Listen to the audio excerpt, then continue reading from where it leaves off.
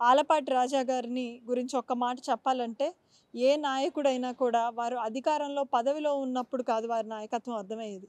వారు అధికారంలో లేకపోయినా గూడా ప్రజా సమస్యలపైన ఎలా పోరాడుతున్నారు, ప్రజల కోసం ఎలా నిలబడ్డారు అన్న విషయాన్ని బట్టి వారి నాయకత్వాన్ని అంచనా వేయొచ్చు. గత 5 ఏళ్లుగా మనం చూస్తే మన రాష్ట్రంలో ఉన్న ఒక అతిపెద్ద సమస్య రాజధాని సమస్య.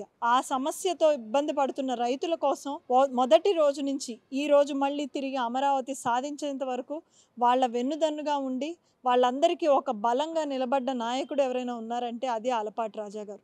ఆయన నమ్ముకున్న ప్రాంతం కోసం, ఆయన్ని నమ్ముకున్న ప్రజల కోసం, ఆయన సిద్ధాంతం కోసం ఎంత కష్టపడ్డారో ఒక ఎమ్మెల్యేగా, మంత్రిగా 17 ఏళ్లకే రాజకీయాల్లోకి వచ్చి ఈ రోజు వరకు ఎంత కమిటెడ్‌గా ఉన్నారో మనం అందరం చూస్తూ ఉన్నాం. ఈరోజు మళ్ళీ అటువంటి వ్యక్తులని మనం కౌన్సిల్‌కి పంపించాల్సిన అవసరం ఉంది.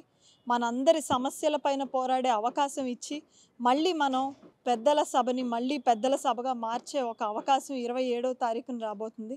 ఖచ్చితంగా కృష్ణా, గుంటూరు ప్రాంత ప్రజలందరూ కూడా, గ్రాడ్యుయేట్స్ అందరూ కూడా ఆలపాటి రాజా గారికి ఓటేసి మొదటి సంఖ్యలోనే, క్రమ సంఖ్యలోనే ఆయన పేరు కనిపిస్తుంది. అక్కడ 1 అన్న నెంబర్‌ని వేసి వారిని మంచి మెజారిటీతో గెలిపించి కౌన్సిల్‌కి పంపిస్తారని నేను నమ్ముతూ నమస్కారం.